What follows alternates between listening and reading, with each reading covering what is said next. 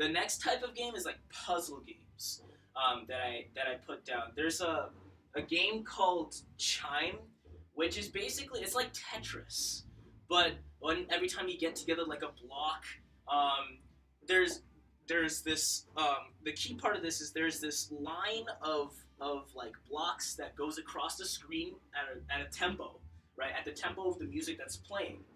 And every time it intersects with one of these blocks, it plays a note that works in the music, or like a sound effect.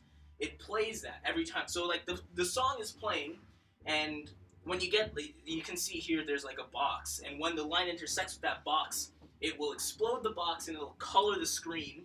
So the more of the screen you have covered, the more complex the music gets. So it gives you an incentive to like collect all the boxes and get higher scores, because then you get to the more interesting parts of the music later. But along with that, there's this cool mechanic that when you put things onto the grid, the line will play notes based on where that thing is on the grid. So often, like, the lower parts of the grid will have totally different instruments than the higher parts of the grid, and they'll divide out the grid into sections that work, because this, they isolate repeating sections of the song that don't really get old. It's like they have like minimalist kind of like really simple stuff, and then they add stuff on top of it based on where you place things on the grid. So that's what I'm trying to call a puzzle game, where the music happens as a result of something that you do. It's not necessarily the intention. Like, you don't know what will happen on this grid, right? It's not true, but it happens, and it feels like you did that because you put that there. You made a decision to put that kind of block there, and like as it goes forward and develops, you are rewarded with more interesting music and more interesting stingers that play. So it's kind of music that relies on player choice, but the game isn't about the music necessarily. Another example of this is this game from like 2005 called Electroplankton. That's why I get it. Yeah. I was like, I recognize this. It's called Electroplankton, and basically this one particular like picture I have here is the one where it's leaves, and you're trying to get the electroplankton to bounce on the leaves in the right order so that all the leaves turn red and then the flower blooms.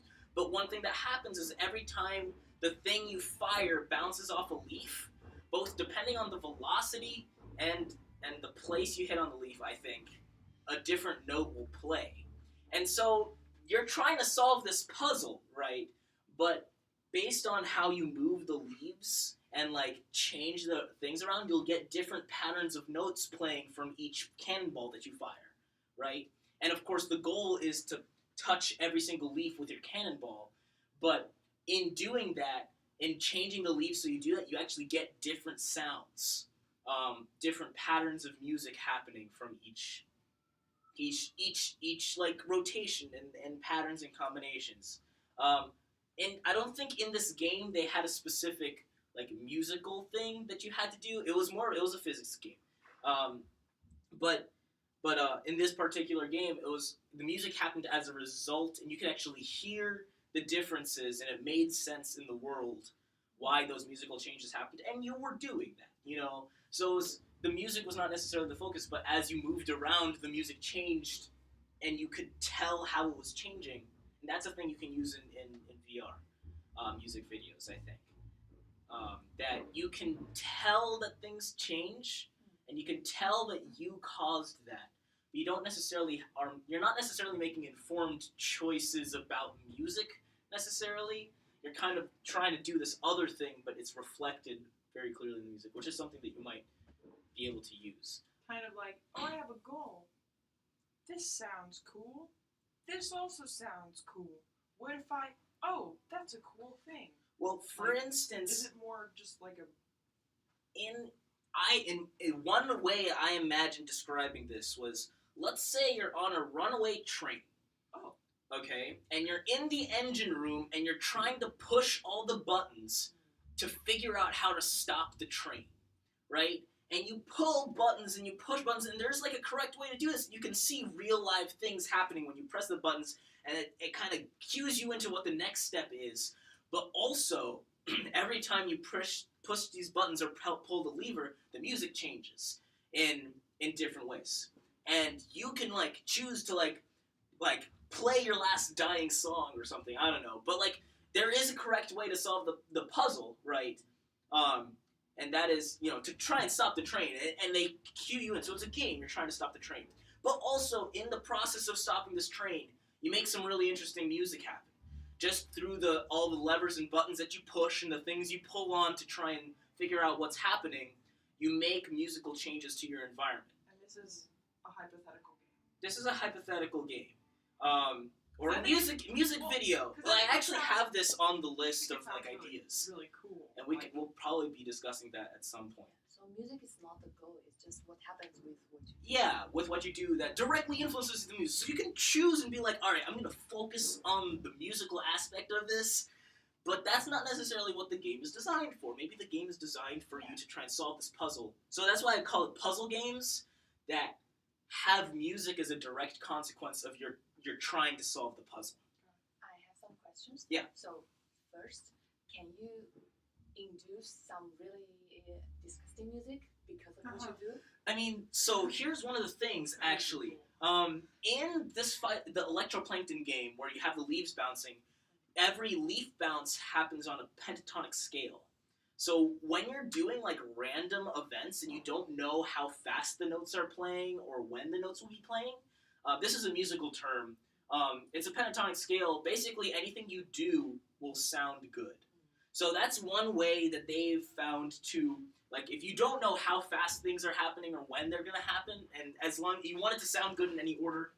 Oh, no. It's my resume. Oh, dear. I wish to save my resume. Did I accidentally X out of things? I did it.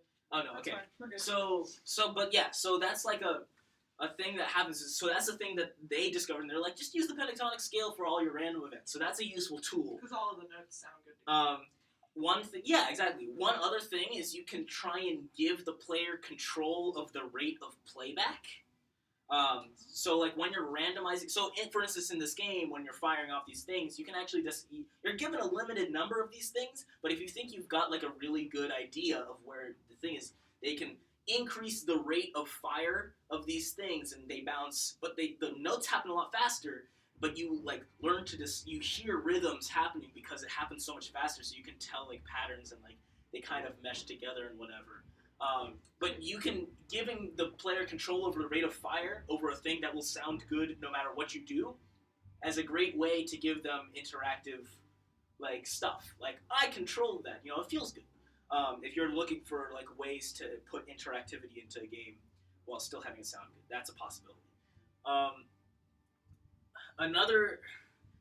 So like I said before, this is the next bullet. Non-direct musical choices. The joy is the surprise of hearing a different thing play. So it's like you pull the lever, it's like, oh my god, the environment totally changed. This is cool. And then another thing is, this is a thing they discovered in 2005, by the way. If you do loops, and this is like a thing I discussed last week as well, if you have the music loop over and over and over again, then this is from a different part of that game, but you can actually tell the changes that you've done a lot easier.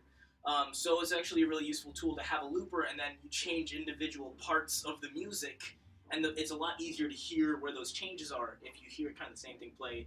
As long as you make sure it stays interesting, you know, like maybe even have it evolve slowly over time, the entire piece, but you can still hear where your changes were. That's a really useful tool. Looper. Do you know what a looper is? Yeah. Yeah, it just plays the music over and over again after like a certain beat. What was that? Yeah. So one thing I saw in this. Okay. By the way, this 2005 game is brilliant and genius and deserves a lot of our recognition. It's called Electroplankton. I don't think you've ever mentioned it. Electroplankton. I have a link to it in the Google Drive on the slides. So another thing that they do is electroplankton is what it's called. Another thing that they do is sometimes you have to balance specific things over other things. Like it requires your attention to keep these plates spinning, and when you focus on keeping those plates spinning, the other plates start slowing down. and other plays start slowing down. And this actually creates a really interesting thing where you can choose to be like, all right, when these plates are spinning, such a music is playing, and I like that music. I don't really care as much about the other music. And they didn't actually have a plate spinning game, but it was more like bubbles or something. But in VR, if you decide to have like 4 different types of music that weave together pretty well, right? But it requires like attention and focus to keep it going. And so they have to make like decisions about what it is they want to listen to. You can actually like figure something out such that like I'm going to focus on these 2 things. This is where my attention is, and I'm going to listen to this thing. And maybe every once in a while I'll spin this plate and then keep these 2 going just to like add an effect. And by giving them choices over what to focus their attention to, that's a really fast way to be like, I'm in control of this situation. I chose to focus on that thing instead of that thing. So that could be a really useful tool also for VR stuff. What do you mean by giving them the choice to focus? Just so like when you give them a bunch of choices, they would naturally try to focus on what they want to well, focus. so one of the things that one of these puzzles is it's like it requires attention to. It's like you're giving them a lot of things to do that. If you want this to succeed, you have to focus attention on it. Like, you have to solve this puzzle, or you have to constantly throw balls at this target or whatever, I don't know. You give them, like, options that they need to do in order to keep the thing going. And nothing bad happens if you leave the other 2, except, I mean, you can make bad things happen if you want. Maybe it just sounds bad behind you if you're not focusing on those things. But, like, giving them, like, an array of, like, these are 5 levels, all right? 4 levels, 5 levels of music, and if you focus your attention and do the things that make those, you can boost those levels, and then they slowly start fading down after a bit until you return your attention to them and do the thing that makes them keep going. And by doing this, you can create interesting games that are also like directly tied to musical choices. Like, there's a lot of games about overwhelming the things that you need to do, but it would be really cool to have the things that you need to do be just directly in control of music. You could also have this as just a piece of a larger tool set where like they have to do other things, like other than just maintain these 4 kind of levels, and they're trying to solve a puzzle or they're trying to do other things, but they have to keep everything going. And that's a really interesting way of having interactive music, is like I want to keep these things running, because I like the way this sounds and I don't really care as much about that. But when they're all running, they sound good together, but it takes a lot more effort to run them all, right? So that would be cool.